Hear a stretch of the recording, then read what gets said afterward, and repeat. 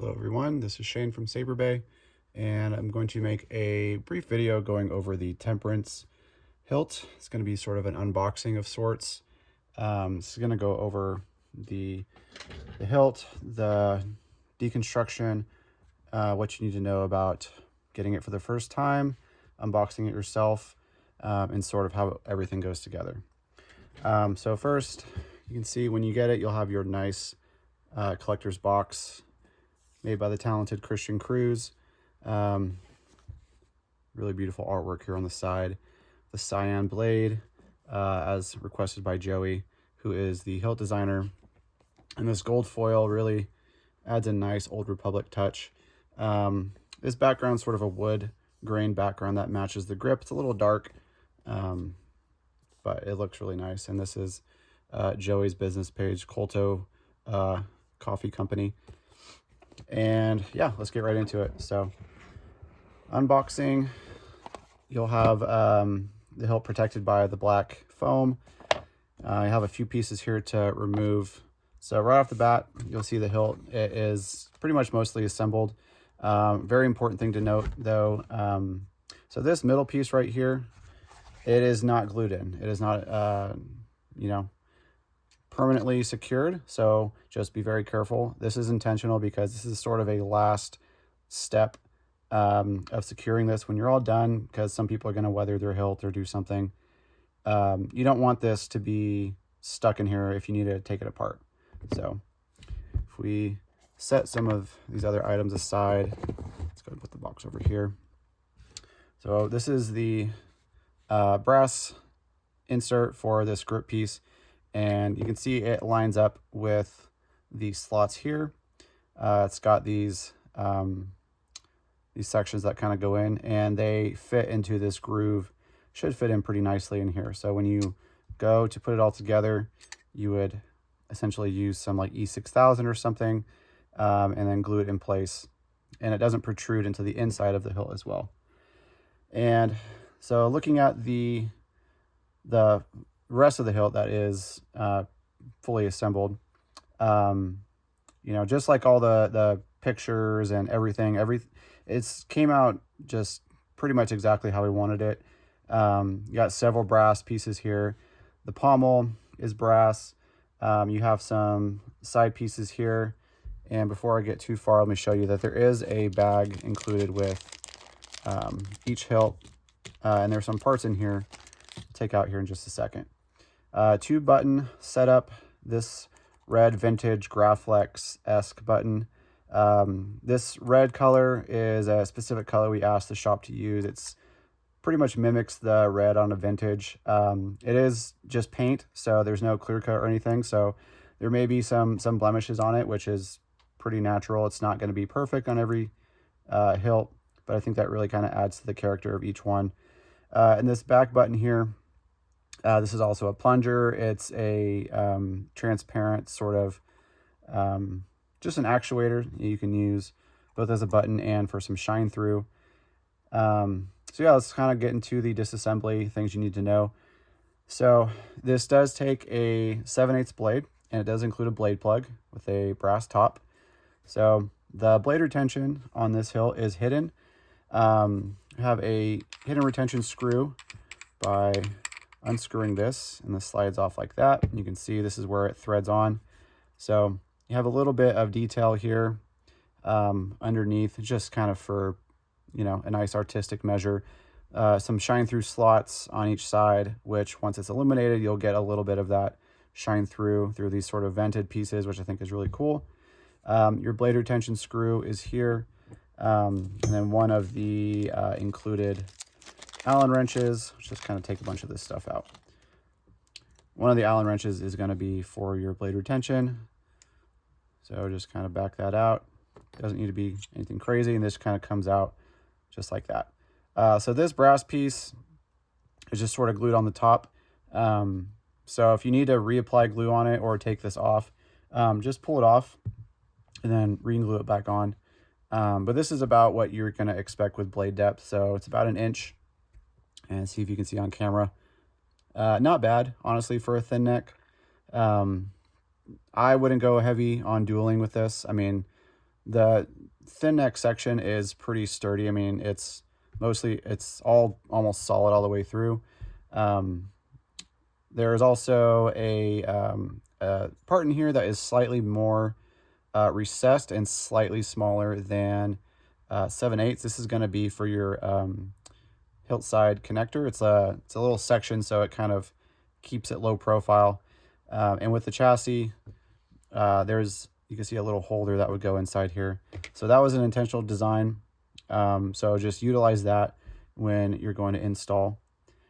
As far as taking your pieces apart, it's pretty simple. There are threaded sections on this brass section right here.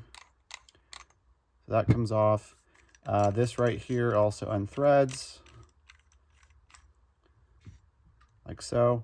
Your grip section unthreads right here.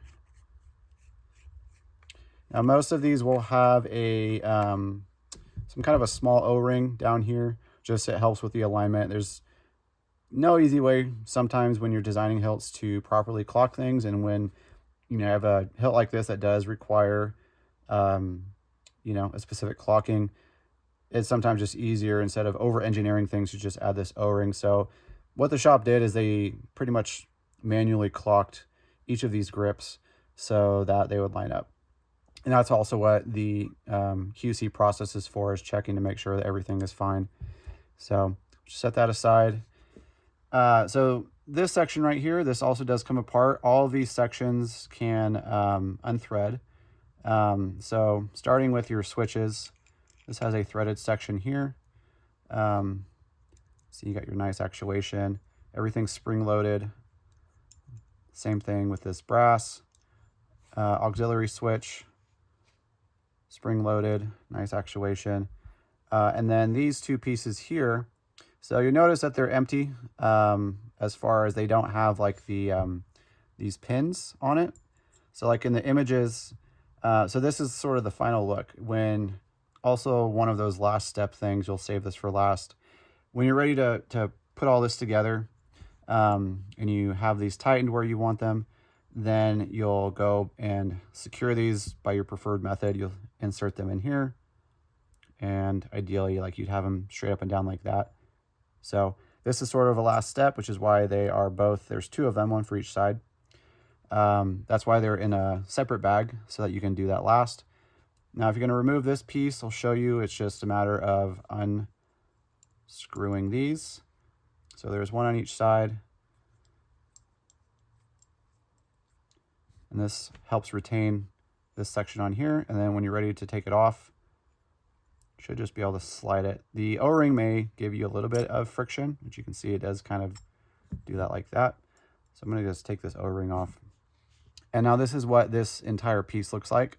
Some little extra details here as well that look nice.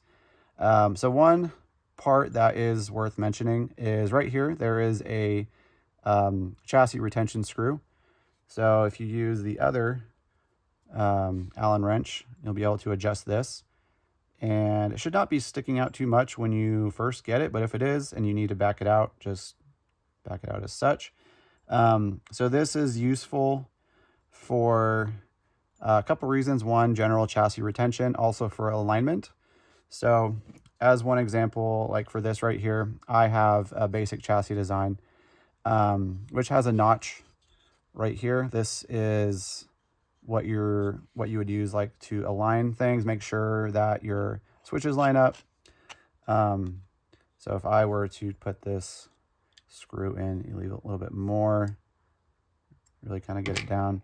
That keeps it from rotating too much. And you can even tighten that just a little bit more if you want. But that is the purpose of this screw. It's for chassis retention and alignment if you need it, depending on the chassis design.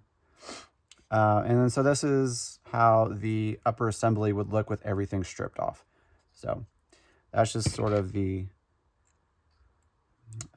method to the madness for how this design works. Now, when you're going to do your build, depending on who's doing it, if you're using something like this is a static build, and slides in and out of the chassis fairly well. The Actually, I need to tighten that screw back on. Okay, so I'm going to just kind of simulate. I was thinking I would not do all that right now, but I'm going to just go ahead and do it all in one video. So let's tighten this back up. Let's say we're going to reassemble this. And I'm doing this sort of backwards at this point, but that's okay. Okay, now holes. Let's line up all of our holes here. There we go. I think that's the right one. So if we're putting things back together,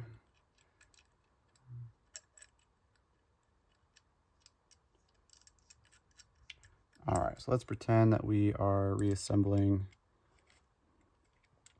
all these little components. Just keep in mind that when you're putting some of these things back, don't cross thread any of your switches or anything like that. Specifically this one, as I've disassembled a bunch of these, sometimes it takes a few tries backing out in and out to get it straight. Sometimes it likes to go in at an angle, so just be aware of that. And here we go. Okay.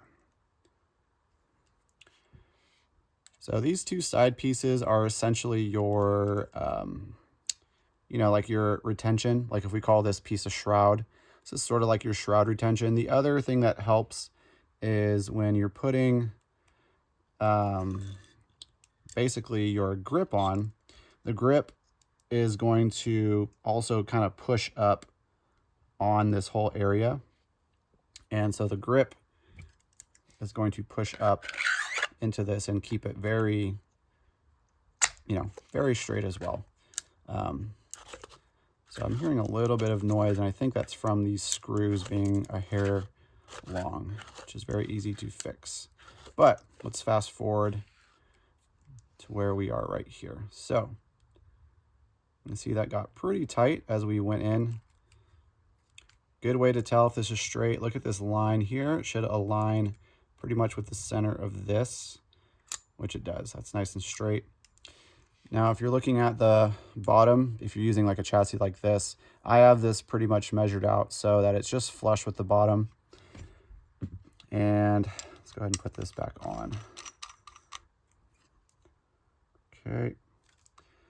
So that's pretty tight. This lines up really nicely. Not all of them are going to be perfect like this exactly, but as I'm doing these, I'm trying to clock them as best as I can. But what I want to show is all the space down here. So you have room, plenty of room for a big speaker. And this particular design that I did for this basic one has a speaker pod. Now, technically, there are different ways that you can go about this. This was the way that seemed to make the most sense to me. So if I'm putting this in, that goes in kind of like that, and you'll have your speaker pod PCB in there. And then it'll get pressed up against the pins that it needs to, like that. There's no movement. And then don't forget, you'll have this little piece up here as well. So we've basically reassembled this after taking it apart. So then let's go ahead and say put our blade plug back in. Just tighten that up. Make sure when you go to put this piece back that your screw isn't sticking out. Otherwise it will get caught, I'm sure, on some of those metal parts. Okay. And then let's say if we weren't doing any weathering, then like I said before, you glue this piece in place. Fits right in to all the spots it needs to go. Same with these, you glue these on. There are a couple extra things included in the bag that you may or may not use. This larger Allen wrench here is for removing these screws, and you'll also see that there's an extra set of screws that look like this. This is a spanner head, sort of tamper resistant screw. This is actually part of the original design aesthetic. However, if you don't have a specific wrench for these, which I assume most people don't, and I don't, the way I put mine in, I use actually a pair of tweezers, and I was able to kind of put it in place. But I figured it was better to have an extra set. So you have your standard Allen head screws here, which you would just use this Allen wrench to remove. And so if you really So if you want to, which I assume most people will, just replace them with these. These are, you know, the same length. It just has a different head. It's just, I couldn't include a specific tool for these for everyone because those wrenches are a little bit pricey, but you get the screws that are supposed to come with the design. So that also comes in the bag.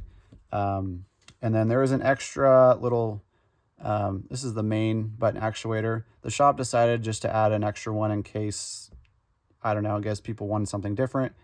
It's free, and it includes an extra C-clip. You have to reuse the same spring. And then there's another tiny little C-clip that goes to the backside aux switch. And that's pretty much it. There's all these little parts included in the bag.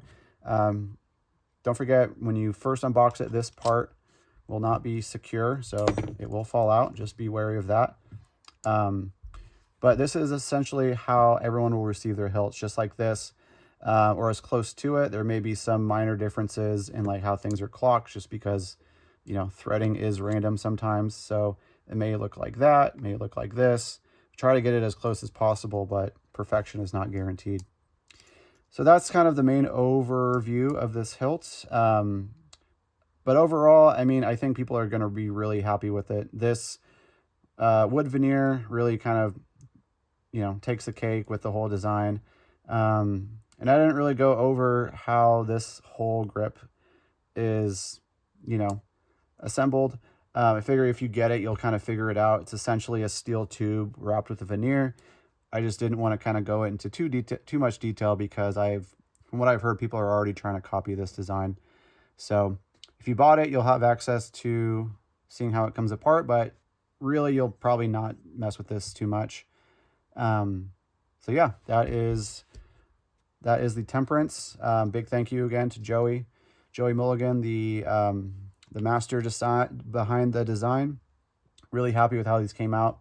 People are really eager to receive their pre-orders, and the people who didn't pre-order are really eager to get in on ordering one once I get the pre-orders taken care of. So hopefully this overview helps you kind of figure it out once you get it. And if not, just shoot me an email or message me on Facebook or whatever, and I'll help you out with any questions you have. Thank you, guys.